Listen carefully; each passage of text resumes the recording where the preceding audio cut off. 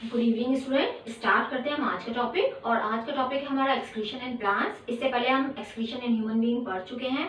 तो वहां पर हमने देखा था कि स्पेशल स्ट्रक्चर प्रेजेंट था, स्पेशल सिस्टम प्रेजेंट था जो एक्सक्रीटरी प्रोडक्ट को बाहर निकालने का काम कर रहा था। बात तो वही है, पर प्लांट्स के अंदर ऐसा कोई प्रॉपर सिस्टम नहीं है।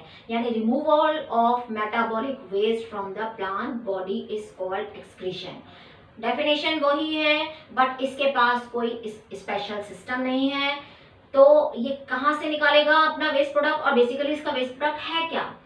और ज्यादातर जो भी इसका वेस्ट प्रोडक्ट है वो हमारे लिए यूजफुल है। जैसे हमने पढ़ा था फोटोसिंथेसिस। फोटोसिंथेसिस में बाय प्रोडक्ट था ऑक्सीजन, जो सबसे जरूरी हम लोगों के लिए, यानी प्लांट के जितने भी वेस्ट प्रोडक्ट हैं वो हम लोगों के लिए जरूरी है, सिर्फ एक कार्बन डाइऑक्साइड को छोड़ के। तो क्या क्या है देखिए, इसका जो वेस्ट प्रोडक्ट बनता है वो है ऑक्सीजन, कार्बन डाइऑक्साइड, वाटर, ठीक है, गम, रेजिन्स, ठीक है। तो ये सारी चीजें हैं। अब किस किस में निकलता है, इसके पास स्पेशल सिस्टम तो है नहीं। तो फोटोसिंथेसिस की जो प्रोसेस होती है, उस फोटोसिंथेसिस की प्रोसेस का वेस्ट प्रोडक्ट क्या है? ऑक्सीजन। वो गैसियस फॉर्म में बाहर निकल जाता है। किससे निकलता है? इसकी बॉडी पे क्या प्रेजेंट है, इसकी प्लांट पे क्या प्रेजेंट है? Stomata and lenticels. Stomata and lenticel से ऑक्सीजन जो है वो बाहर निकलती है as a by product photosynthesis का। स्टोमेटा जो लीफ पे प्रेजेंट है और ग्रीन पार्ट में स्टेम में प्रेजेंट है। लेंटिसेल्स जो बार्क है उनमें प्रेजेंट होता है, तो वहां से ये निकलती है एज ए बाय प्रोडक्ट। तो ये गैसियस फॉर्म हो गई वेस्ट प्रोडक्ट की। फिर आता है रेस्पिरेशन। सो रेस्पिरेशन में क्या होगा? रेस्पिरेशन में ये ऑक्सीजन लेता है, कार्बन डाइऑक्साइड बाहर निकालता है, कार्बन डाइऑक्साइड और वाटर, ये भी स्टोमेटा और लेंटिसेल के थ्रू बाहर निकलती है। तो रेस्पिरेशन का बाय प्रोडक्ट है कार्बन डाइऑक्साइड, उसको निकालता है और दिन में उसको वापस ले लेता है फोटोसिंथेसिस में, बट रात में ये नहीं होता, रात में फोटोसिंथेसिस नहीं होती। फिर ट्रांसपिरेशन। ट्रांसपिरेशन में क्या होता है? अगर एक्सेस में वाटर है तो वाटर वेपर के फॉर्म में बाहर आ जाती है, वाटर वेपर के फॉर्म में इसको बाहर निकाल देता है अगर एक्सेस में वाटर प्रेजेंट है, ट्रांसपिरेशन के थ्रू। अब तो ये तो हो गया कि भाई गैसियस फॉर्म में चीजें बाहर निकल रही हैं। अब सॉलिड और लिक्विड फॉर्म में है तो वो कैसे जाएंगी?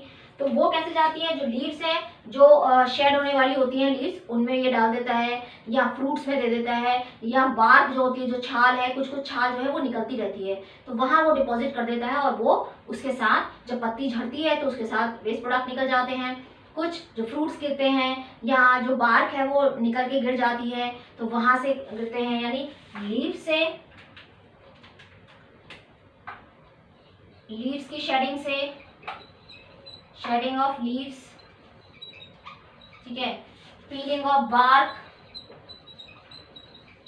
Piling off bark, falling off fruits,